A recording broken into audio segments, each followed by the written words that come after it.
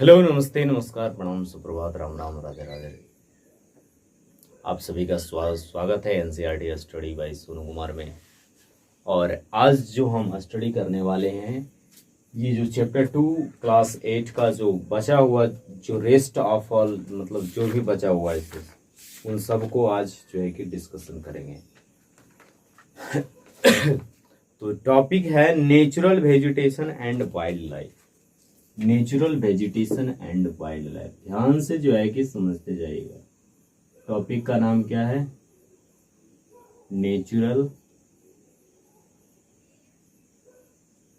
Natural vegetation and wild life.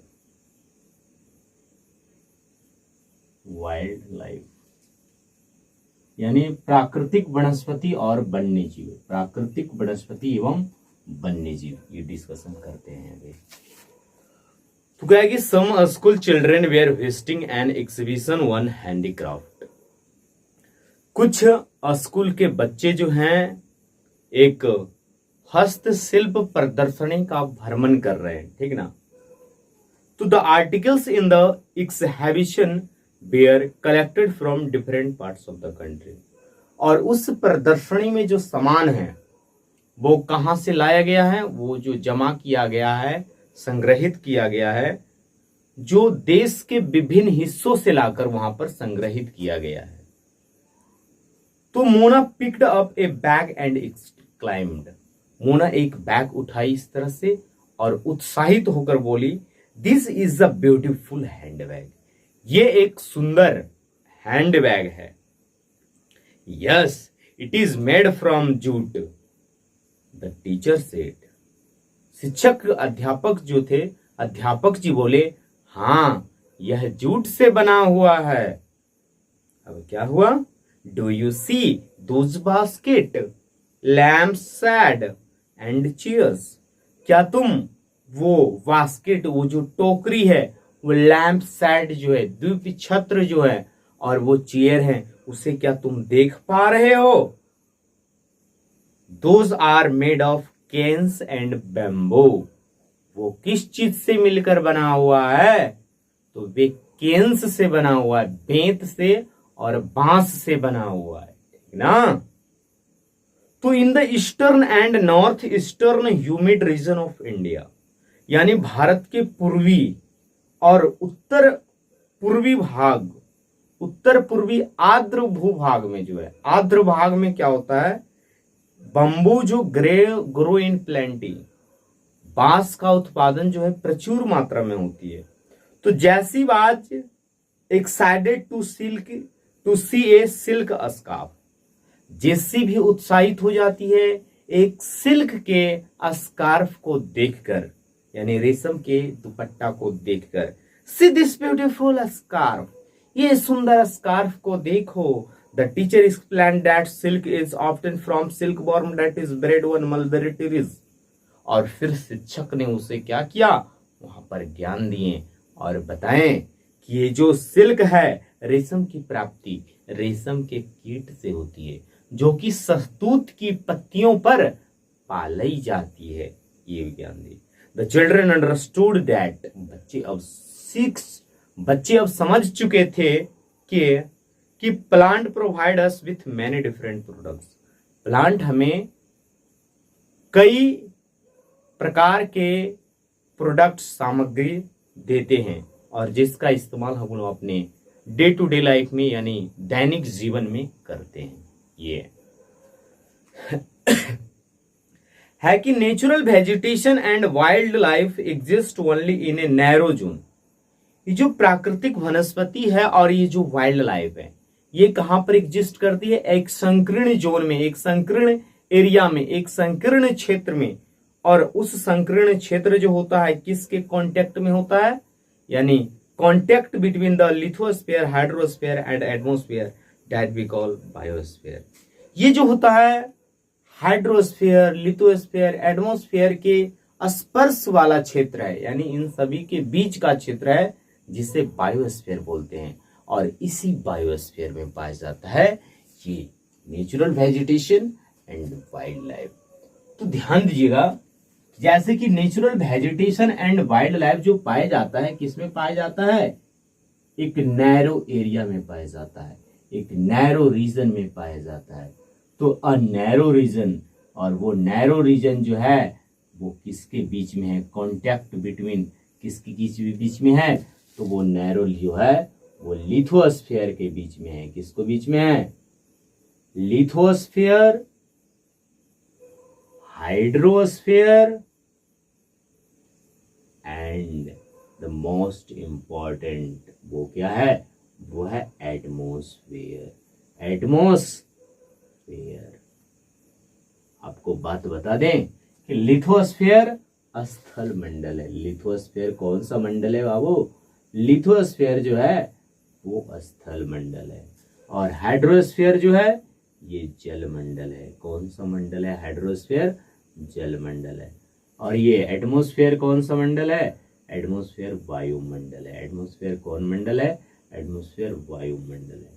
तो इन सभी मंडलों के कांटेक्ट में यानी एक नैरो रीजन है, एक संकीर्ण या बोल सकते हैं कि क्षेत्र है, जिसको क्या बोला जाता है?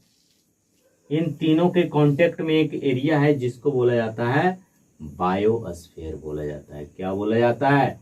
बायोस्फीयर यानी जैव मंडल। क्या बोला जाता है? जैव मंडल बोला जाता है। और इसी जैव मंडल में पाया जाता है प्लांट, नेचुरल वेजिटेशन और वाइल्ड लाइफ यहां पर एग्जिस्ट करती है। आगे बात करें कि in the biosphere living beings are inter related and interdependent on each other for survival. जैव मंडल में सजीव जो होते हैं वो एक दूसरे से परस्पर संबंधित होते हैं और एक दूसरे पर जो है कि परस्पर निर्भर भी रहते हैं वहां पर जीवित रहने के लिए, सरवाइव करने के लिए। This life supporting system is known as ecosystem. ये लाइफ को सपोर्ट करने वाला जो सिस्टम है इसको क्या बोला जाता है? इसको बोला जाता है इकोसिस्टम बोला जाता है। तो यहां पर एक पॉइंट है कि आखिर इकोसिस्टम क्या है? जो इकोसिस्टम है, इकोसिस्टम, तो आखिर इकोसिस्टम जो हिंदी में पारितंत्र है, तो ये पारितंत्र क्या है? तो ecosystem is an life supporting system. एक लाइफ को सपोर्ट करने वाला ये सिस्टम है। और ये लाइफ सपोर्टिंग सिस्टम जो है यहां पर क्या है? Vegetation and wild life are valuable resources. वनस्पति और वन्य जीव जो है ये हमारे लिए एक बहुमूल्य संसाधन है। Plant provide us with timber. देखिए बाबू, जैसे प्लांट्स, बहुत सारे लोग पूछते हैं ना कि ये पौधे जो होते हैं, पेड़ पौधे जो होते हैं, ये हमें देते क्या हैं? प्लांट्स। प्लांट्स जो हमें देते हैं ये न्यूमरेबल, इसका असंख्य चीज हमें देते हैं। ये न्यूमरेबल है एकदम, ये न्यूमरेबल चीजें। Plants provide us timber. सबसे पहले प्रोवाइड करता है टिम्बर, इमारती लकड़ी हमें देती है। Give shelter to animal. जानवरों को रहने के लिए पनाह देती है। जानवरों को रहने के लिए आश्रय स्थान देती है। जानवरों के रहने के लिए एक निवास स्थान देती है। प्रोड्यूस ऑक्सीजन भी ब्रेथ। हम जो ऑक्सीजन का इस्तेमाल करते हैं उसका प्रोडक्शन प्लांट ही करते हैं। तो बताइए, जीवनदायिनी वायु जो कि ऑक्सीजन है उसका प्रोडक्शन भी कौन कर रहा है? प्लांट कर रहा है। तो प्लांट हमारे लिए कितना इंपॉर्टेंट है। आगे बात करेंगे प्रोटेक्ट सॉइल। मृदा यानी मिट्टी की भी रक्षा करती है। सो एसेंशियल फॉर ग्रोइंग क्रॉप्स। जो क्या है? मृदा। मृदा फसल उगाने के लिए एसेंशियल है, तो उसकी रक्षा करती है। तो प्लांट कितना इंपॉर्टेंट है हमारे लिए। Act as a shelter belt. और इस तरह से मिट्टी की रक्षा करके, क्योंकि सॉइल जो यानी प्लांट्स जो होते हैं, प्लांट के रूट जो होते हैं सॉइल में एक ग्रिप बनाकर रखती है, पकड़ बनाकर रखती है, और मिट्टी को जो है कि सॉइल को इरोड होने से बचाती है। तो इस तरह से वो शेल्टर बेल्ट या रक्षक मेखला के काम करती है। एक्ट और considered as a shelter belt, ये हम बोल सकते हैं। Help in the storage of underground water. देखिए, भूमिगत जल के संचय में, संग्रह में भी मदद करता है, क्योंकि जहां का प्लांट रहेगा वो क्या करेगा? वाटर को एब्जॉर्ब करके रखेगा। और इस तरह से वाटर लेवल जो होता है, वाटर टेबल को ज्यादा नीचे भागने नहीं देता है, उसको ऊपर ही रखता है मेंटेन करके। Gives us fruit, nuts, latex, turpentine oil, gum, medicinal plant and also the paper that is so essential for your study. और ये हमें फल देती है, फ्रूट देती है, लेटेक्स देती है, इसके अलावा तारपीन का तेल प्लांट से ही प्राप्त होता है, गम, गोंद, मेडिसिनल प्लांट, बहुत सारे औषधीय पौधे जो हैं, एंड एल्सो द पेपर, ये हमें कागज देती हैं जो कि आपके अध्ययन के लिए, स्टडी के लिए, ये जो बुक बना हुआ है क्या चीज का बना हुआ है, कोई प्लांट का ही बना हुआ है, तो ये है। तो there are innumerable uses of plant and you can add some more. तो पौधे का असंख्य उपयोग है, असंख्य इसका इस्तेमाल हम लोग करते हैं, इसमें तो आप भी कुछ ऐड कर सकते हैं। Wild life include animals, birds, insects as well as aquatic life form. जलीय जीव में कौन कौन सा यानी इसके अंतर्गत आता है, कौन कौन चीज सम्मिलित होता है, तो जानवर है, पक्षी है, जितने भी कीट हैं और जितने भी जलीय स्वरूप हैं, यानी जीवों का जलीय स्वरूप, इसका मतलब जलीय जीव जो भी हैं ये सब आते हैं। They provide us meat, milk, hides and wool, we हमें दूध, मांस, खाल और ऊन देते हैं। Insects like bees provide us honey, help in the, देखिए जैसे कीट हो गया मधुमक्खी, वे हमें शहद देती है। और आप ये बात जानते हैं कि शहद ऐसा फूड है जो कभी खराब नहीं होता है। शहद जितना ओल्डर होगा, पुराना होगा, शहद उतनी बेस्ट क्वालिटी की होगी, ये बात ध्यान दीजिएगा। Help in pollination of flower, फूलों के परागन करने में बहुत इंपॉर्टेंट होता है। आप जानते होंगे कि परागन क्या है, यानी the transfer of pollen grain from anther to stigma, यानी मेल जो एंथर है फीमेल स्टिग्मा से ट्रांसफर होने के जो प्रोसेस है पॉलिनेशन है। और ये पॉलिनेशन करने का नेचुरल एजेंट जो है ये कौन सा है, इंसेक्ट्स से भी ये है, इंसेक्ट्स भी है, एनिमल्स भी है, तो ये है। इसके अलावा बहुत सारे एजेंट है, जैसे वाइंड है, वाटर है, इसके अलावा ये भी एक एजेंट है। और क्या है कि हेल्प इन द पॉलिनेशन, ये हो गया, and have an important role to play as a decomposer in the ecosystem. इस पारितंत्र में डिकम्पोजर का काम करते हैं, अपघटक के रूप में काम करता है। डिकम्पोजर क्या होता है ना, कि जैसे कि जो भी ऑर्गेनिक मैटर है इसको डिकम्पोज करके मिट्टी में मिला देता है, तो ये एक तरह से डिकम्पोजर का काम करता है। The bird feed on insects and active decomposer as well. पक्षी जो है क्या चीज खाती है, कीट को खाती है, और इस तरह से वो डिकम्पोजर का काम करती है।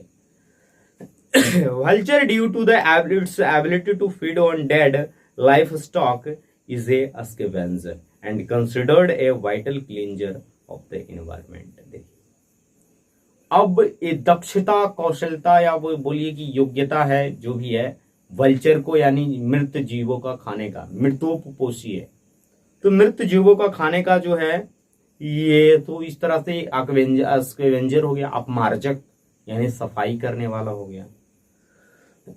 इसलिए इसको एक बहुत ही महत्वपूर्ण शोधक माना जाता है, वाइटल क्लींजर बोला जाता है। सो एनिमल्स बिग और small are all integral to maintaining balance in the ecosystem. तो पारितंत्र में संतुलन को बनाए रखने के लिए कोई भी मैटर नहीं करता है कि वो जानवर कितने छोटे हैं या कितने बड़े हैं, ठीक ना, वे सभी जो है इंटीग्रल पार्ट है, वो अनिवार्य है हमारे इस पारितंत्र का, इकोसिस्टम का, इस लाइफ सपोर्टिंग प्रोसेस का, इस लाइफ सपोर्टिंग सिस्टम का। अब अगला जो टॉपिक है डिस्ट्रीब्यूशन ऑफ नेचुरल वेजिटेशन। जैसे अगला टॉपिक जो शुरू होती है वो कौन सा है, वो है distribution of natural vegetation.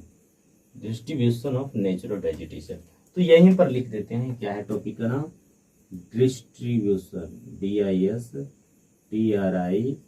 DISTRIBUTION, distribution of natural vegetation, natural VEGETATION। अब देखिए इसका वितरण जो है, प्राकृतिक वनस्पति का वितरण क्या कभी समान हो सकता है, नहीं हो सकता है, क्योंकि लैंड फॉर्म जो स्थलाकृतिक है वो हर एक जगह एक समान नहीं है, जिसके कारण से जो होगा प्राकृतिक वनस्पति का जो डिस्ट्रीब्यूशन है यानी वितरण जो है क्या होगा, यानी असमान होगा। तो यही पढ़ेंगे डिस्ट्रीब्यूशन ऑफ नेचुरल वेजिटेशन। चलते हैं देखिए समझते हैं है कि the growth of vegetation depend primarily on temperature and moisture.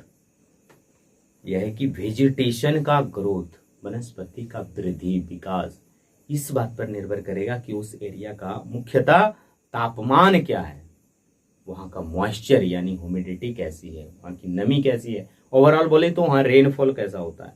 The major vegetation types of the world are grouped as forest, grassland, scrubs and tundra. जो संसार के प्रमुख वनस्पति है उसको जो है कि अलग अलग समूहों में बांटा गया है। जैसे फॉरेस्ट बोला गया है, किसी को वन बोला गया है, किसी को ग्रास लैंड बोला गया है यानी घास की भूमि बोला गया है, किसी को स्क्रब्स बोला गया है और किसी को टुंड्रा बोला गया है। तो इन एरियाज ऑफ हेवी रेनफॉल, जहां पर भारी वर्षा होती है, तो ह्यूज ट्रीज में थराइव, वहां पर विशाल विशाल पेड़ उगेंगे। द फॉरेस्ट आर दस associated with areas having abundant water supply.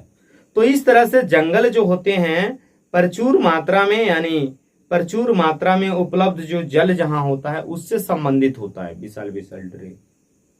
As the amount of moisture decreases the size of the trees and their density reduces. जैसे ही जल की मात्रा, नमी की मात्रा कमती जाएगी, पेड़ पौधे की जो हाइट होंगी उस एरिया में छोटे मिलेंगे, स्मॉल घटती जाएंगी, उसकी घनत्व भी घटती जाएगी। Short stunt trees and grasses grow in the region of moderate rainfall. जहां पर थोड़ा बहुत यानी मॉडरेट रेनफॉल होती है, ना ज्यादा ना कम वर्षा होती है, तो ऐसे एरिया में शॉर्ट स्टंट यानी छोटे कद वाले, छोटे साइज के जो है कि पेड़ पौधे पाए जाते हैं और ग्रास लैंड भी पाए जाते हैं। And the region of moderate rainfall forming the grass land of the world. इस तरह से संसार की घास भूमि का निर्माण होते हैं। थॉर्नी जो कटीले झाड़ियां होती है ये सब ड्राई एरिया में उगते हैं जहां पर वर्षा बहुत कम होती है। In such area plants have deep roots and leaves with thorny and waxy surface reduce loss of moisture through transpiration.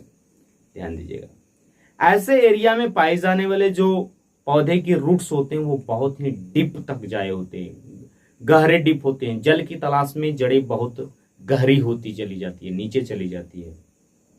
और उसकी जो पत्तियां होती हैं वो तो मुख्यतः जो होती है थॉर्नी ही होती हैं, कटीले ही होती है, मॉडिफाइड होती है लिप्स थॉर्न में, ताकि रिड्यूस वाटर का बहुत कम हो, reduction of water very less हो। ट्रांसपैरेशन जो वाष्पोत्सर्जन होता है सनलाइट के समय, दिन के समय में, तो बहुत कम हो। एक वैक्सी सरफेस पाया जाता है, एक मोमी सतह पाया जाता है उसके पत्तियों यानी कांटों के ऊपर। Tundra vegetation of the cold polar region comprises of Moses and lichen. जो दलदली वनस्पति के रूप में जो है ध्रुवीय, ठंडे ध्रुवीय क्षेत्रों में, उसमें मोसेस और लाइकेन आ जाता है। Today there are many more people in the world than there were 2 centuries back. आज जो है more than people in the world than there were 2 centuries back, यानी 2 सदी पहले जो लोग थे यहाँ वो उसके अपेक्षा आज बहुत ज्यादा संख्या में लोग हैं। To feed the growing number, बढ़ती जनसंख्या, बढ़ती संख्या को खाना खिलाने के लिए, आपूर्ति करने के लिए, पालने के लिए large area of forest has been cleared. एक बहुत बड़े पैमाने पर जंगलों को क्या किया जा रहा है, सफाई किया जा रहा है, उसको काटा जा रहा है। तो forest cover all over the world is vanishing rapidly. इस तरह से संसार के जितने भी फॉरेस्ट कवर है यानी जंगल से आच्छादित जो भी एरिया है उसको क्या किया जा रहा है, ये एकदम तेजी से उसको समाप्त किया जा रहा है, वैनिश किया जा रहा है। तो there is an urgent need, तो ये अति आवश्यक मतलब हो जाता है कि हम कंजर्व करें इन वैल्यूएबल रिसोर्सेज के। ये जो मूल्यवान बहुमूल्य संसाधन है इसकी रक्षा होनी ही चाहिए, जरूर होनी चाहिए। तो अब अगला टॉपिक जो होगा conservation of natural vegetation and wild life, प्राकृतिक वनस्पति एवं वन्य जीव का संरक्षण। तो ये बहुत जरूरी है, conservation of natural vegetation and wild life. बस यही ये टॉपिक खाली यहां पर कंजर्वेशन लगा देते हैं। क्या लगा देते हैं? CONSERVATION। तो टॉपिक अभी हमारा ये चलेगा conservation of natural vegetation and wild life, यानी प्राकृतिक वनस्पति एवं वन्य जीव का संरक्षण। कैसे हम कर सकते हैं संरक्षण, ये अब देखेंगे। ध्यान दीजिएगा, forest are our wealth. Forest जो है, जंगल है, वो हमारी संपत्ति है, संपदा है, वो हमारा वेल्थ है, धन है। Plant gives shelter to the animal and together they maintain the ecosystem. Plant जो होते हैं जानवरों के रहने के लिए पनाह देती है, और दोनों साथ मिलकर जो है कि पारितंत्र को क्या करती है, संतुलन बनाए रखती है। तो change of climate and human interference can cause the loss of natural habitat for the plants and animal, यानी पौधे और जंतुओं में जो है, यानी जलवायु परिवर्तन और मानवीय हस्तक्षेप जो है कि क्या कर चुका है, यानी पौधे एवं जंतुओं का जो प्राकृतिक आवास है या फिर प्राकृतिक आवासों को जो है कि लूज कर दिया, उसको छिन्न भिन्न कर दिया, उसको खत्म कर दिया है। Many species have become vulnerable. बहुत सारे ऐसे प्रजाति हैं जो क्या हो चुके हैं, वो असुरक्षित हो चुके हैं, एंड इंडेंजर्ड। अब वो जो है कि संकटपन्न स्थिति में है, संकटापन्न स्थिति में है। And some are on the verge of extension, और कुछ तो ऐसे स्पीसीज हैं जो कि विलुप्त यानी लुप्त होने के कगार पर आ चुका है। Deforestation, soil erosion, constructional activities, forest fire, tsunami and landslide are some of the human and the natural factor which accelerate the process of extension of this resources. Forest deforestation, वनों का कटाई, वनोन्मूलन, सॉइल इरोजन, मिट्टी कटाव, कंस्ट्रक्टल activities यानी जो construction कर रहा है यानी निर्माण का जो गतिविधि है, जंगल में आग लगता है, दावानल होता है, सुनामी आता है, भूस्खलन आता है, ये सब कुछ मानवीय और प्राकृतिक यानी कारक है जो कि क्या कर रहा है, यानी ये जो एक्सटेंशन ऑफ दिस रिसोर्सेज, इन संसाधनों के जो लुप्त होने की प्रोसेस है उसको और बढ़ा रहा है। One of the major concern is the poaching. एक बहुत बड़ी चिंता का विषय क्या है कि जानवरों का अनधिकार शिकार किया जा रहा है। अब चाहत ही लोगों की बढ़ चुकी है, which result in the sharp decline of the number of a particular species. किसी खास प्रजाति में क्या हो रहा है, उसकी संख्या में एकदम भारी गिरावट आ रहा है, शार्प डिक्लाइन हो रहा है। अब वो पोचिंग किया क्या, for collection and illegal trade of hides. अब अवैध रूप से जो कि क्या है कि कलेक्शन करने के लिए, जमा करने के लिए, और अवैध रूप से व्यापार किया जा रहा है चमड़ों का, खालों का, नाखूनों का, जानवरों के दांतों का, जानवरों के सींगों का, यहाँ तक कि जानवरों के पंखों का, जैसे टाइगर का, लायन का, एलिफेंट का, डियर का, ब्लैक बक का, क्रोकोडाइल का, राइनोसोरस का, स्नो लियोपार्ड का, ऑस्ट्रिच का, पिकॉक का। तो this can be conserved by increasing awareness. लोगों में अवेयरनेस की कमी है, लोगों में जो है कि जागृति नहीं है, लोगों जागरूक नहीं है।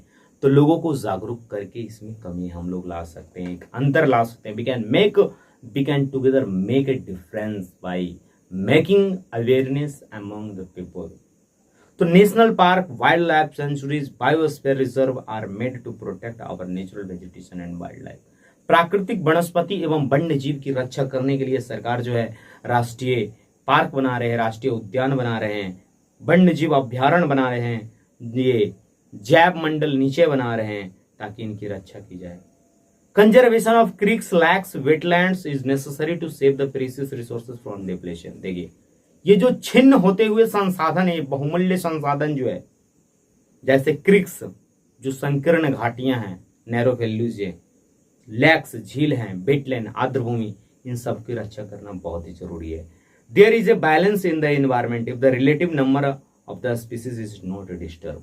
अगर जो एक रिलेटिव नंबर जो है कि स्पीसीज का यानी प्रजातियों का एक सापेक्ष संख्या को अगर जो डिस्टर्ब नहीं किया जाए तो यहाँ जो है कि वातावरण में एक संतुलन बना रहता है। Human activities in several parts of the world had disturb the natural habitat of many species. मानवीय की जो गतिविधि है, मानवीय गतिविधि ने क्या किया है कि संसार के कई क्षेत्रों में जो है कि इसे डिस्टर्ब कर दिया है, भंग कर दिया है। बहुत सारे जानवरों का जो आश्रय स्थल है उसे भंग कर दिया है। तो ड्यू टू इनडिस्क्रिमिनेट किलिंग, अब क्या हो रहा है कि अंधाधुंध शिकार के कारण क्या हो रहा है कि several birds and animals have either become extinct और are on the verge of extension. अंधाधुंध शिकार के कारण क्या हो रहा है कि बहुत सारे जानवर ऐसे हैं जो या तो लुप्त हो गए हैं या लुप्त होने के कगार पर आया हुआ है। तो awareness program like social forestry and Van Mahotsav should be encouraged at the regional and community level. तो क्या हम लोग करेंगे कि जागरूकता का कार्यक्रम चलाएंगे, जैसे वन महोत्सव, ये सबको प्रोत्साहित करना चाहिए। आप एक क्षेत्रीय स्तर पर हो या फिर सामूहिक स्तर पर इसको प्रोत्साहित कीजिए। School children should be encouraged to bird watch. बच्चियों को देखने के लिए बच्चों को जो है कि थोड़ा बढ़ावा देना चाहिए, इनकरेज करना चाहिए। विजिट नेचुरल कैंप, प्राकृतिक जो कैंप है वहां पर जाकर विजिट कीजिए, वहां टहलिए जाकर। Appreciate the habitat of varied species, विभिन्न प्रकार की जो प्रजातियां हैं जीवों की, उसको क्या करे, वो अप्रिशिएट करने का प्रयास करे। Many countries have passed laws against the trade as well as killing of birds and animal. बहुत सारे कंट्री क्या किए हैं कि कानून बना दिए हैं कि जानवरों के या पशु पक्षियों के शिकार के मारने के लिए जो है कि ऐसा इलीगल मतलब घोषित कर दिया गया है, ठीक ना। In India killing tiger, lion, deer, great Indian bustard and peacocks is illegal. भारत में इन जानवरों का जो है कि जैसे कि शेर हो गया, टाइगर हो गया, डियर हो गया, ग्रेट इंडियन बस्टर्ड यानी भारतीय सारंग हो गया, पीकॉक, इन सबको मारना क्या है, इलीगल है, अवैध है। तो एक इंटरनेशनल कन्वेंशन, एक अंतरराष्ट्रीय जो है कि सम्मेलन होता है सिटीज नाम से। तो सिटीज का फुल फॉर्म क्या है कि the convention on international trade in endangered species of wild fauna and flora. तो एक has been established that list several species of animals and birds in which trade is prohibited. ये एक list जारी करता है कि इन सारे जानवरों का जो है कि मतलब कि ट्रेड करना, व्यापार करना क्या है, प्रतिबंधित है। Conservation of plants and animal is an ethical duty of every citizen. हर एक नागरिक का एक नैतिक जिम्मेदार है कि आप जो है कि वनस्पति और वन्य जीव की क्या करें, रक्षा करें। सिटीज के बारे में दिया गया है कि ये जो है कि कन्वेंशन, एक सम्मेलन हुआ था, एक समझौता हुआ था, अंतरराष्ट्रीय व्यापार जो संकटग्रस्त प्रजाति है, वो वनस्पति जात है या फिर ये प्राणी जात है, इन सभी पर हुआ था। एक अंतरराष्ट्रीय समझौता है विभिन्न देशों के सरकारों के बीच में। इसका उद्देश्य यही है कि ताकि हम सुनिश्चित करें कि international trade off specimen of wild animal and plant does not threaten their survival. यानी अगर जो अंतरराष्ट्रीय रूप से अगर जो आप व्यापार कर रहे हैं इनका, तो इन नमूनों को जैसे कि वाइल्ड लाइफ है प्लांट का, इसको मतलब थ्रेटेंड, इसको खतरा नहीं होना चाहिए सर्वाइवल के लिए। लगभग 5000 जानवरों का स्पीसीज है और 28,000 पौधे का, इन सभी को प्रोटेक्ट किया गया है। जैसे बियर है, डॉल्फिन है, कैक्टी है, कोरल है, ऑर्किड है, एहोल्स है, ये सब एग्जाम्पल है। तो थैंक यू, धन्यवाद। इस तरह से चैप्टर खत्म होगा। अब मिलेंगे आपसे जो है कि नेक्स्ट चैप्टर में, एग्रीकल्चर 3rd चैप्टर है। Thank you.